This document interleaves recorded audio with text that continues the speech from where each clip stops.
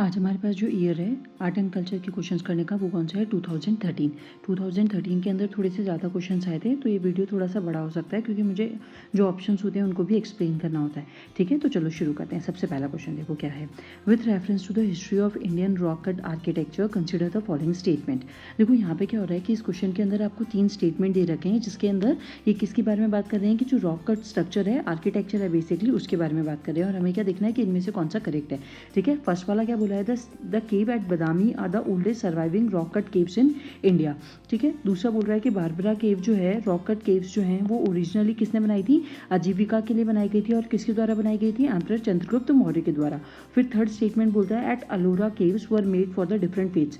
अब यहाँ पे 3 स्टेटमेंट है, अपन को चेक करना है। तो सबसे पहले देखो यहाँ पे क्या है कि जो ओल्डेस्ट केव है ना वो बदामी नहीं है, वो कौन सी, बारबरा रॉक कट केव जो है वो सबसे पुरानी है। इनको कब बिल्ड करा गया था, 3rd सेंचुरी BC के अंदर करा गया था। और ये अशोका, और यहाँ पे ये सेंचुरी की स्पेलिंग कर, सेंचुरी की स्पेलिंग ऐसी हो जाएगी। ठीक है, जो अशोका थे उनके बेटा जो दशरथ था उनके द्वारा ये बनाई गई थी और किसके लिए बनाई गई थी, आजीविका सेक्ट के लिए बनाई गई थी। तो सबसे पुरानी जो केव्स है वो बदामी केव्स है, वो नहीं है, तो ये चीज़ गलत हो जाएगी। सबसे पुरानी कौन सी है, बारबरा केव है, लेकिन वो किसके द्वारा बनाई गई थी, चंद्रगुप्त मौर्य के द्वारा नहीं, अशोका और उनके बेटे के द्वारा। तो सेकंड भी रॉन्ग है। फिर यहाँ पे क्या बोल रखा है कि at Ellora caves were made for different faiths. तो ये चीज़ सही है। अगर आप लोगों ने ये पढ़ा होगा तो यहाँ पे लिखा हुआ है कि अलोरा जो होता है वो हिंदुइज्म, जैनिज्म और बुद्धिज्म तीनों की है, लेकिन जो अजंता है बेसिकली वो मोस्टली बुद्धिज्म को रिप्रेजेंट करती है। अब देखो यहाँ पे मैंने पेज लिख रखा है 37, जो फाइन आर्ट की बुक है उसमें 37 पे जाना। अजंता को एक्सप्लेन कर रखा है, फिर अलोरा को एक्सप्लेन कर रखा है, और यहाँ पे भी देखो एक और बदामी केव्स के बारे में अपने से पूछा गया है, चालुक्य किंग ने बनाई थी। देखो यहाँ पे लिखा हुआ है which rule the region 543 to 598 CE। इसके टाइम पर उन्होंने रूल करा था, तो ऑब्वियसली बात है ये केव्स भी उसी टाइम पे बनाई गई होंगी। और देखो यहाँ पे लिखा हुआ है कि the inscription in cave number 4 mention the date 578 से 579 CE के बीच में। समझ में आया? तो ये बुक के अंदर ही दे रखा है, और यहाँ पे क्वीन एंड द अटेंडेंट्स जो बदामी का एक पिक्चर भी दे रखा है। तो ये पेज कौन से, ये वाला चैप्टर कौन सा है अपने पास, लेटर मुगल ट्रेडिशंस के अंदर ये केव बता रखी है। तो यहाँ पर अपना ये हो गया। अब हमें ये तो पता चल गया कि हमारा कौन सा सही है, ऑप्शन ओनली सी। तो ये क्या हो जाएगा, क्योंकि थर्ड ही सही है तो ऑप्शन हो जाएगा यहाँ पे सी, क्योंकि ये भी गलत है और ये भी गलत है। तो यहाँ पे ये दोनों गलत होने के बाद अपने पास आंसर आएगा सिर्फ केवल 3। उसके बाद नेक्स्ट वाला क्वेश्चन देखते हैं। ये वाला क्वेश्चन समझ में आ गया ना, क्योंकि ओल्डेस्ट केव की बात करिए। ओल्डेस्ट जो है अपने पास वो कौन सी, बारबरा केव्स। बारबरा केव्स आजीविका सेक्ट के लिए बनाई गई थी, लेकिन अशोका ने बनाई थी। अलोरा केव्स के अंदर सारे फेथ है, जैसे बुद्धिज्म है, जैनिज्म है और हिंदुइज्म है। ठीक है, इसलिए ये दोनों जो गलत हो जाएंगे, और कौन सा ऑप्शन होगा अपने पास, थर्ड। उसके बाद नेक्स्ट वाला देखते हैं क्या क्वेश्चन है। देखो, consider the following historical places, Ajanta cave, Sanchi stupa और लिपाक्षी टेम्पल के बारे में बात करा है। Which of the following places are also known for the mural paintings. Mural painting समझते हो ना, जो दीवारों पे करी जाती है, बेसिकली उनको कहा जाता है उन पेंटिंग्स को। अजंता केव्स के अंदर है, हमें पता है क्योंकि अजंता केव्स में बुक के अंदर आप पढ़ोगे तो वहाँ पे पद्मपानी और वज्रपानी उन्होंने बता रखी है कि केव नंबर 1 के अंदर हो रखी है। फिर जो जातकाज हैं, डिफरेंट जातका की कहाँ पे कौन से केव के अंदर पेंटिंग हो रखी है, वो भी उन्होंने बता रखा है। तो अजंता केव्स के अंदर तो है, हमें पता है ये चीज़। फिर यहाँ पे एक और है लिपाक्षी टेम्पल। लिपाक्षी जो टेम्पल है ना, उसके बारे में थोड़ा सा आपको बता देती हूँ। ये लिपाक्षी टेम्पल जो है वीरभद्रा टेम्पल है, इसे लिपाक्षी टेम्पल कहा जाता है। ये कहाँ पे, अनंतपुर डिस्ट्रिक्ट ऑफ आंध्र प्रदेश में है। इस टेम्पल को बिल्ड करा गया था 1533 में विजयनगर रूलर, जो विजयनगर के रूलर थे उनके द्वारा। ये अपने आर्किटेक्चर के लिए जाना जाता है, जिसमें हैंगिंग पिलर्स हैं और केव का चैम्बर है। यहाँ ये जो टेम्पल है ना, वो किस टेम्पल है ना, किसको डेडिकेटेड है, वीरभद्रा, जो कि किसका एक रूप है, लॉर्ड शिवा का। ठीक है, ये कौन सी, विजयनगर स्टाइल के अंदर बनाया गया है, ये चीज़ तो ठीक है। लेकिन इसके बारे में थोड़ा सा स्टोरी बता देती हूँ। इसके अंदर में मुराल पेंटिंग्स है। इसके अंदर क्या होता है कि ये बोला जाता है कि यहाँ पे सीता माता के पैर हैं, और जब रावण माता सीता को लेकर जा रहा था तो जटायु जो था उनसे लड़ा था। तो जो जटायु जहाँ गिरा था तो वहाँ पे ये टेम्पल बना हुआ है। तो इसको यहाँ पे कहा जाता है कि उनके मतलब इसलिए वहाँ पे सीता मैया के भी पैर दिख जाते हैं, और कहा जाता है कि जटायु ने और भगवान को इसी टेम्पल मतलब इसी प्रेमिसेस में बताया था कि सीता माता को कौन लेकर गया है, रावण लेकर गया है। ये इसकी स्टोरी है। अब ये चीज़ हो गई। उसके बाद सांची स्तूप, आप लोगों को सबको पता है सांची स्तूप जो है वो बुद्धिज्म से रिलेटेड है, और वो अशोका के टाइम पे बनाया गया था, लेकिन उसमें कोई भी मुराल पेंटिंग्स नहीं है। तो यहाँ पे ये थर्ड गलत हो जाएगा। थर्ड गलत हो गया तो नन ऑफ दीज तो नहीं होगा, ऑल ऑफ दीज भी नहीं होगा। फर्स्ट और सेकंड दोनों के अंदर है, तो फर्स्ट सही है और फर्स्ट और 2 भी सही है। तो ऑप्शन में हमारे पास मोस्ट अप्रोप्रिएट ऑप्शन क्या है, हमारे पास ऑप्शन बी, जिसके अंदर फर्स्ट और 2 दोनों ही करेक्ट है।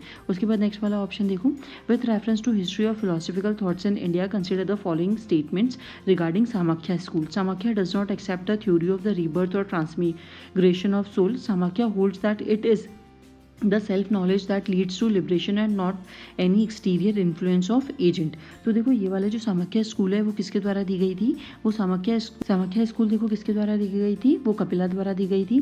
जो इन्होंने डिनाई करा है एक्सिस्टेंस ऑफ द गॉड, इन्होंने rebirth and transmigration of the soul are inherit in this school. इन्होंने इस बात में बिलीव करा है कि लोगों का रीबर्थ होता है और ट्रांसमाइग्रेशन होता है सोल का, एक इंसान एक बॉडी से दूसरी बॉडी के अंदर।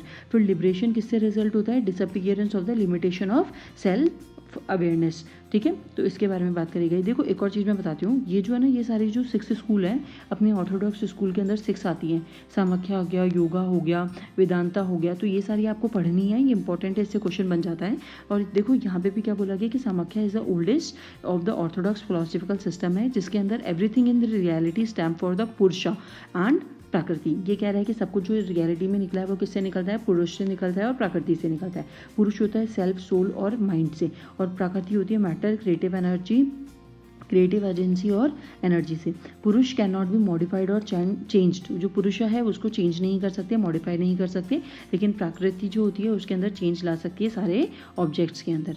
बात समझ में आ रही है? वही हम बोलते हैं ना हमारी जो आत्मा होती है वो अजर अमर है, ये भी इस बात में बिलीव करता था, लेकिन एजेंसी एनर्जी उनमें चेंज हो सकता है, कभी वाटर से हो सकती है, कभी एयर हो सकती है। तो ये चीज़ है, थोड़ा सा साइंस से रिलेट करोगे तो ये सारी चीज़ें याद हो जाएगी। तो अब इसका अपन आंसर देखते हैं कौन सा वाला करेक्ट है। तो यहाँ पे डज नॉट एक्सेप्ट, तो फर्स्ट वाला तो रॉन्ग है, फर्स्ट रॉन्ग है, तो मेरा ये ऑप्शन गया, ये ऑप्शन गया, और यहाँ पे नीदर वाला भी गया, क्योंकि ये वाली चीज़ self knowledge leads to liberation not any exterior influence, क्योंकि सोल का माइग्रेशन सेल्फ लिबरेशन से ही होगा। तो इसका आंसर क्या हो जाएगा, ऑप्शन 2। तो मेरा यहाँ पे करेक्ट क्या है, ऑप्शन 2, तो आंसर हो जाएगा इसका बी। अब इसके बाद अपन नेक्स्ट वाला क्वेश्चन देखते हैं, वो क्या है आज। इन this context of cultural history of India pose in dance and dramatic Tribhanga called Tribhanga has been a favorite of Indian artists from ancient time till today. Which one of the following statement best describe this pose? अब देखो मैं आपको एक चीज़ बताती हूँ, ये देखो book है ना, बुक के अंदर यहाँ पे देखो डांसिंग गर्ल इन द, ये क्या बोला, एंशियंट टाइम से ये प्रैक्टिस होता था, तो ये बुक के अंदर देखो dancing girl in the tribhanga posture of from Mohenjodaro, ये चीज़ बता रखी है IVC के अंदर, इंडस वैली सिविलाइजेशन के अंदर। और यहाँ पे जो डांसिंग गर्ल है इसके बारे में एक्सप्लेन कर रखा है कि 4 इंच की हाई की है, ये मोहिंजोदड़ो के अंदर मिली है, और लॉन्ग हेयर है, इसका टाइड इन अप बन है, बैंगल्स पहन रखे उसने लेफ्ट आर्म के अंदर, ब्रेसलेट और अम्यूलेट है उसका, बैंगल है उसके राइट आर्म के अंदर, ये सारी चीज़ें बता रखी है, कौरी शेल की उसने नेकलेस पहन रखा है। तो यहाँ पे मेरा कहने का मतलब है कि इस बुक को बहुत ध्यान से पढ़ना, क्योंकि देखो यहाँ पे डांसिंग गर्ल के बारे में यही पोज में पिक्चर लगा रखी है, लेकिन बोला नहीं है कि इसका ये वाला पोज है, लेकिन यहाँ पे देखो डांसिंग गर्ल इन, तो यहाँ पे इस पोस्चर के बारे में बात कर रखी है। बात समझ में आ रही है? तो बहुत अच्छे से पढ़ोगे ना इस बुक को, तो इसके अंदर आपको आंसर्स मिलेंगे, लेकिन पढ़ना बहुत अच्छे से। अब यहाँ पे देखो which one of the following statement best describe करता है।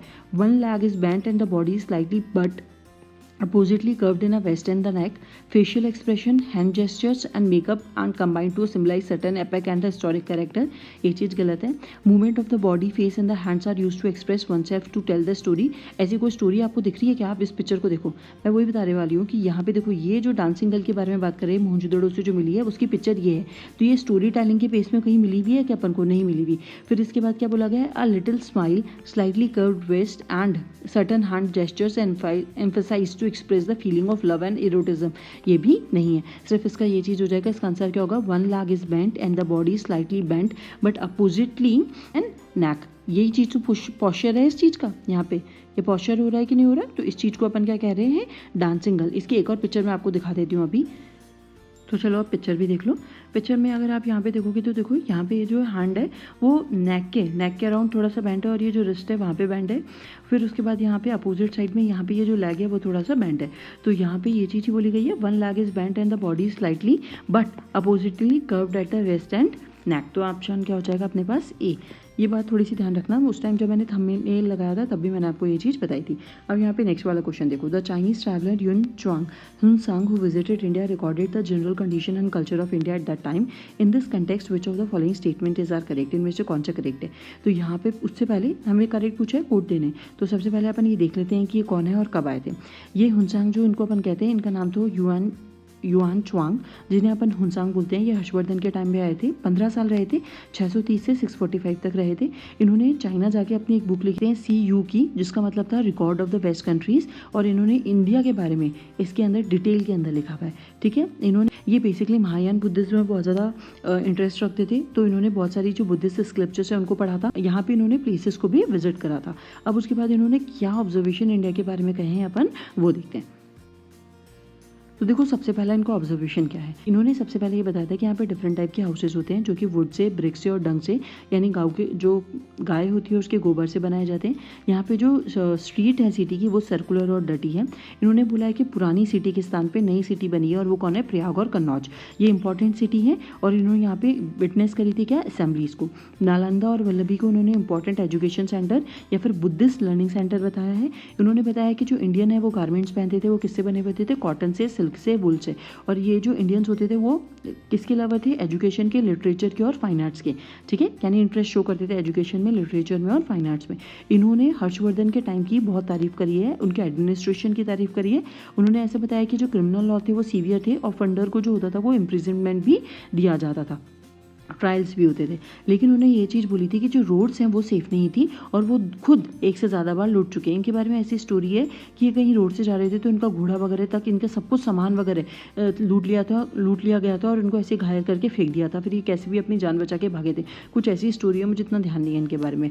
The emperor maintained a large powerful and the well equipped army. जो एम्परर होता था उसके पास बहुत ज़्यादा लार्ज, एक बहुत अच्छी आर्मी होती थी। यहाँ पे जो गवर्नमेंट लिबरल होती थी टैक्स के लिए और रेवेन्यू कलेक्शन के लिए। जो ट्रेडमैन होते थे उसको बहुत ज़्यादा लाइट ड्यूटी पे करनी पड़ती थी फेरीज और बैरियर स्टेशन पे, यानी टोल टैक्स समझ लो। यहाँ पे जो पीपल होते थे वो जनरली मीट को अपने खाने के अंदर इंक्लूड नहीं करते थे। डाइट के अंदर जो सोसाइटी थी वो कास्ट में डिवाइडेड थी, लेकिन वुमेन्स का जो रिस्पेक्ट करा जाता था सोसाइटी के अंदर। यहाँ पे ब्राह्मणिकल सिस्टम था रिलीजियस का, प्रोमिनेंट था, और संस्कृत यहाँ पे लैंग्वेज जो होती थी वो कल्चर क्रॉस द्वारा बोली जाती थी। तो ये सारी चीज़ें पता करी। अब अपन देख लेते हैं कि इनमें से अपने पास कौन सा स्टेटमेंट करेक्ट है। The roads and the river routes were completely immune from robbery. तो ये तो गलत है क्योंकि वो खुद ही 2 बार लूट चुके थे।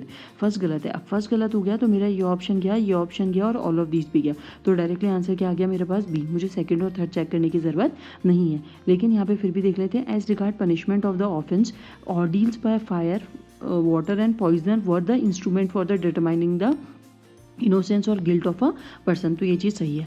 फिर उसके बाद बोला है कि tradesman had to pay duties for the ferries and the barrier. Light देते थे, कम पैसे देते थे, लेकिन देते ज़रूर थे, टोल टैक्स वगैरह। तो सेकंड और थर्ड भी सही है। उसके बाद नेक्स्ट वाला क्वेश्चन देखो यहाँ पे क्या है। क्या बोला है, which of the following characterises the people of Indus valley civilisation. Indus valley civilisation के बारे में पूछा गया है कि कौन से। They possess great places and temples, they worship both male and female deities, they employ horse drawn chariot in warfare. तो अब ये वाला देखो, यहाँ पे क्या हो रहा है कि फर्स्ट वाला स्टेटमेंट अपन क्या बोल रहा है कि वो ग्रेट पैलेसेस एंड टेम्पल्स को पजेस करते थे, तो मतलब उनके पास थे, उन्होंने बना रखे थे टेम्पल्स वगैरह। तो ये चीज़ एकदम गलत है। इंडस वैली सिविलाइजेशन के अंदर अपन को एक भी टेम्पल नहीं मिला है, तो इसलिए हम ये नहीं बोल सकते कि उनके पास बहुत बड़े महल और मंदिर होते थे। तो ये चीज़ फर्स्ट ऑप्शन तो गलत है। सेकेंड देखो, they worship both male and female deities. तो ये चीज़ सही है। देखो यहाँ पे मदर गॉडेस के बारे में बात करी गई है। फिर यहाँ पे अपन ने पशुपति सील के बारे में भी देखा था। देखो पशुपति सील, इसके अंदर एक मेल फिगर है जो ऐसे बैठा हुआ है, तो पशुपति सील के बारे में भी बात करी गई है। तो यानी मेल और फीमेल दोनों को पूजा जाता था, तो ये भी सही है। They employ horse drawn chariot in warfare. तो यहाँ पे एक चीज़, सुरकोटडा जो है ना उसके अंदर क्या मिला है, हॉर्स के रिमेन्स मिले हैं कहीं कहीं पे, लेकिन वो चैरिट, क्योंकि चैरिट भी मिला है, लेकिन कंफर्म नहीं है कि वो वॉरफेयर के अंदर इस चीज़ को यूज़ करते थे या नहीं करते थे। 100% ये चीज़ कंफर्म नहीं है। तो देखो अगर ऑप्शन कहीं पे भी ये हो सकता है कि फर्स्ट और सेकंड करेक्ट, सेकंड और थर्ड करेक्ट, या फिर नन ऑफ, तो उस हिसाब से मैं क्या करूँगी, फर्स्ट वाला तो मैं रॉन्ग करूँगी, ये बात तो श्योर है, लेकिन सेकंड वाला मैं राइट करूँगी। अब सेकंड वाले के साथ मैं देखूँगी ओनली सेकंड होगा तो यही ऑप्शन करूँगी, लेकिन अगर ऑप्शन में हुआ 2 और 3, वहाँ पे ओनली सेकंड नहीं हुआ तो मैं ये सही कर सकती हूँ। पेपर में डिपेंड करेगा कि ऑप्शन कैसे आते हैं, तो उसके हिसाब से आप देखना पेपर में क्या ऑप्शन आएगा। लेकिन अगर 100% करेक्ट पूछा जाए तो करेक्ट में क्या होगा, ऑप्शन ओनली 2। उसके बाद नेक्स्ट वाला देखो, ये आज का लास्ट है। Some Buddhist rock cut caves are called chaitya while others are called vihars. Which of the difference between the two? अब मैं आपको देखो ये सिंपल से याद करने का तरीका बता देती हूँ, कभी कंफ्यूजन नहीं होगा। देखो विहार मतलब होता है घूमने की जगह, जैसे वन विहार, तो जहाँ पे आप घूमने के लिए जाते हो उसको विहार बोला जाता है। तो अपोजिट वो चीज़ क्या हो जाएगी, उनके जो पूजा का ग्रह होगा। जैसे अजंता के अंदर अपन ने पढ़ा था कि 29 केव्स थी, जिसके अंदर जो चैत्य थे वो 4 थे, और जो बाकी थे वो कौन से थे, विहार थे। तो विहार जो होता है वो घूमने की जगह होती है, तो vihara is a place of worship, ये गलत है। Chaitya is a place of worship, ये सही है। Vihara is a dwelling place of the monks. तो मॉन्क्स जब गुफाओं के अंदर वहाँ पे रहते थे तो घूमने की जो आसपास की जगह होती थी रहने की वगैरह की, उनको अपन विहार्स कहते थे। तो इसका आंसर क्या हो जाएगा? Option D. याद, मैंने तो ऐसे याद कर रखा था, वन विहार मतलब घूमना, तो बाकी वाला कौन सा हो जाएगा? जो वर्कशिप की प्लेस होगी। तो यहीं पे आज के अपने क्वेश्चंस खत्म होते हैं। उसके बाद नेक्स्ट वीडियो में मिलूंगी कुछ नए क्वेश्चंस के साथ। तब तक के लिए thank you and have a nice day.